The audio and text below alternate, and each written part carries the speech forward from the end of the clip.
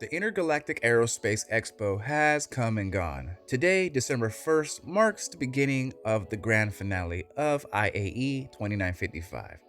With the whole entire event, we have had a lot of fun and a lot of hardships. Star Citizen 4.4 released as a buggy mess, but over time gradually got better and better and better. People are happy, people are mad, but today we're going to be going over majority of that. But hey, I am the biggest bird in the verse, aka FC, and I'd like to welcome everyone back to my channel for another episode of Squawk Talk.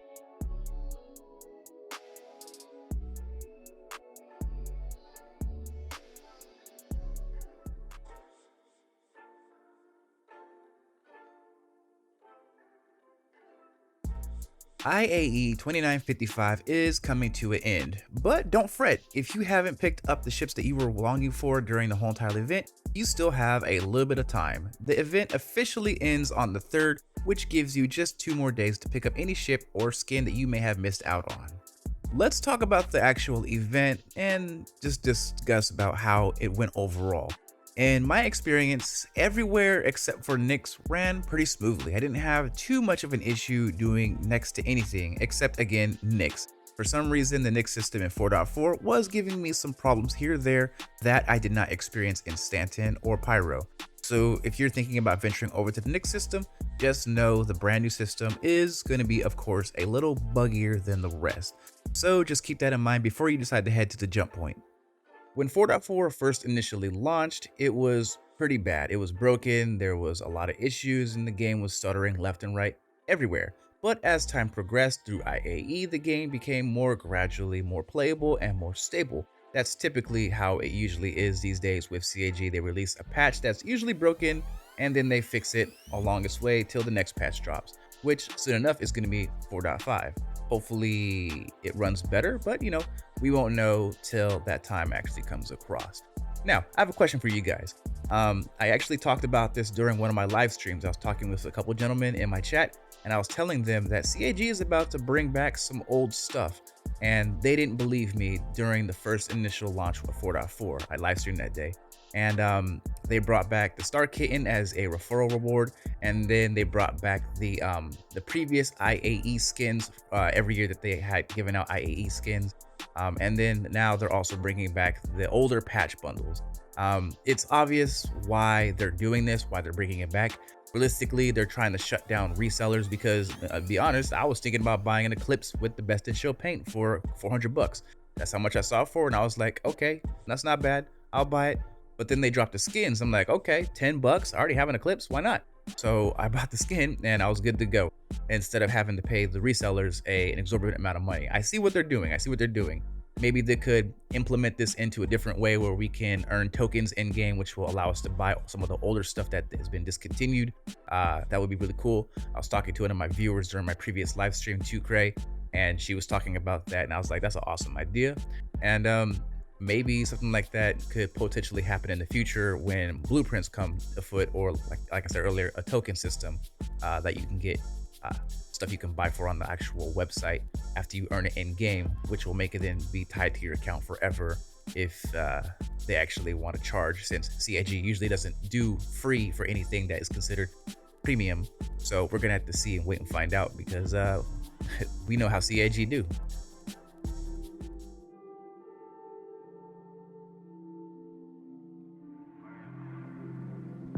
Just this past weekend, I touched 10,000 subs, and realistically, you are the guys who makes it all happen. Without you guys subbing and commenting and interacting with my videos, I probably wouldn't be doing this, since I consider myself a hobbyist at this whole entire content creation thing. But the one thing is for sure is that I absolutely enjoy making videos. I have a lot of fun, both playing the game and also making these videos. I like to show off my artistic prowess when making these videos. I like to show you guys what I'm capable of doing while editing. Sometimes I like to do some really smooth and clean transitions while throwing in some really good hardcore gameplay in my videos. As I usually say, I focus on 3 main things when I'm doing content creation. I like to focus on cinematics, information, and actual gameplay. And as a bonus, I like to make sure I'm not wasting your time by posting an extremely long video focusing on one subject. I like to make sure I get directly to the point so you guys know what I'm talking about without having to spend a dubious amount of time watching. And as a personal thank you, I'd like to give back to you, my community, for supporting my channel by commenting, liking videos, interacting with everything I put out, coming in through live streams. You guys, again, are the ones who makes it happen. So I want to give back to my community by giving away one of my personal ships, which is going to be the Anvil Paladin with lifetime insurance, and then the Concierge skin that comes with it, which is a black color scheme. The Paladin is a great ship. Its value is about 350 before tax, so it's nice. Comes with lifetime insurance, and anyone who gets it will enjoy it. It's going to be a very short giveaway, so just pay attention to one of my next video posts where I'm going to talk about it in the future here. But just as a heads up to you guys, that will be coming here soon for everyone who is subscribed to my channel, everyone who supports me, anyone who pops into the Discord, all that good stuff. I really do appreciate it again, and stay tuned for that.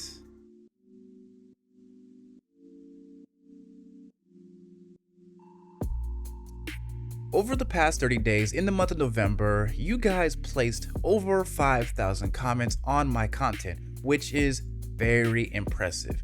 You guys were killing it out there, loving and supporting my videos, giving all types of incredible criticism, feedback, and just overall general support. And now it is time for me to finish up this month by announcing the giveaway for the Gray Shiv with the LTI insurance game package and Citizen goodie pack. Let's now see who the winner is. All right, Mav the Gun is our winner for the giveaway for the month of November. Awesome. Right on, brother. I'll be reaching out to you real soon so you can receive your awesome items.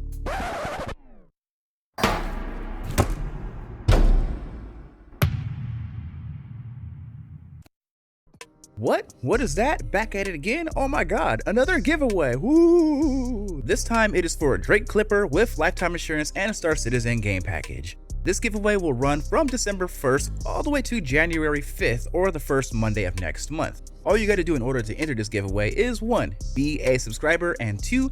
Comment on any video I upload in between that time period for a chance to win. I wish all of you the best of luck in the giveaway. But let's carry on. A lot of brand new ships entered the verse this IAE, some that we didn't know about and some that we were just waiting on. The Perseus, one of the ships that was highly anticipated, entered the fray. The L-22 Wolf, which was a guesstimation that everyone was thinking about after they announced the bespoke weapons for the L-21. Luckily now you can buy either or weapon sets or armaments that you can equip to either or ship. Me personally, the L-22 is a lot better looking just because of that little wing on the back. Then we also have the RSI Salvation, which is a very entry-level salvaging ship, which is cool. You can actually fit this thing inside of the Polaris's hangar and inside of the Idris's little snub fighter bay that's underneath the ship. Then we also have a ship that surprised me, which is going to be the Golem Ox. This thing surprises me mainly because you can get its signature below 1,000 with stock components. Imagine if you kitted out with full stealth components. It would be a menace to sneak in and sneak out with. Nobody would see it. And then last but not least, the Clipper. Everyone knows it, everyone loves it, everyone's flying it. It's cool, I love it, my organization loves it. It's just a great overall ship that's fun, looks cool, and it is what it is. Over the weekend, CIG put out some information on the pipeline for some ships that we do know about that is coming. We think that the Galaxy is confirmed.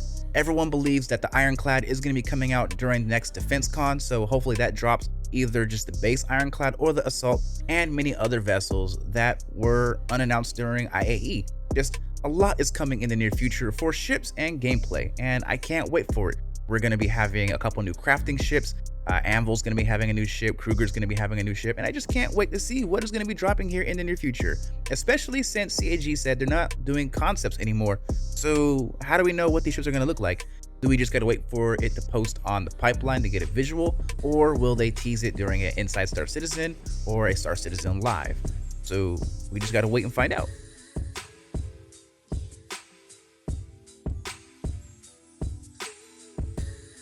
Over this weekend on Saturday, the tech preview reopened its doors to Evil Cardi, and it went just as well as you'd expect it. CAG wanted it to go to Wave 1 PTU, but due to instability and a bunch of other lingering issues, it flopped. So it's not ready. They are trying to push out 4.5 to hit in December, but a lot of us are communicating with each other saying that the game is just not ready for the update. Hopefully it gets pushed back to possibly January because it's in a rough state. After seeing what people have been talking about and posting over on Spectrum and Reddit, I can tell you that it's a real buggy mess. Armor is going to be a delight once it enters the verse, but currently the way how it sits, these ships are just getting ran through. It takes nothing.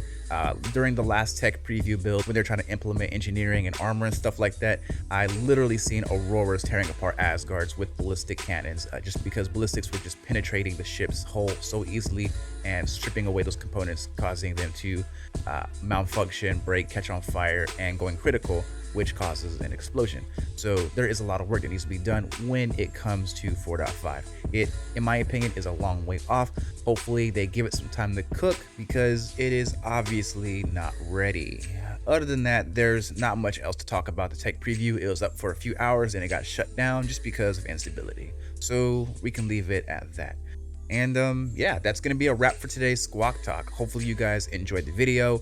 Again, thank you for supporting me and the channel. 10K subs. Woo, yippee, yeah. Oh, we here, yeah. You know what it is.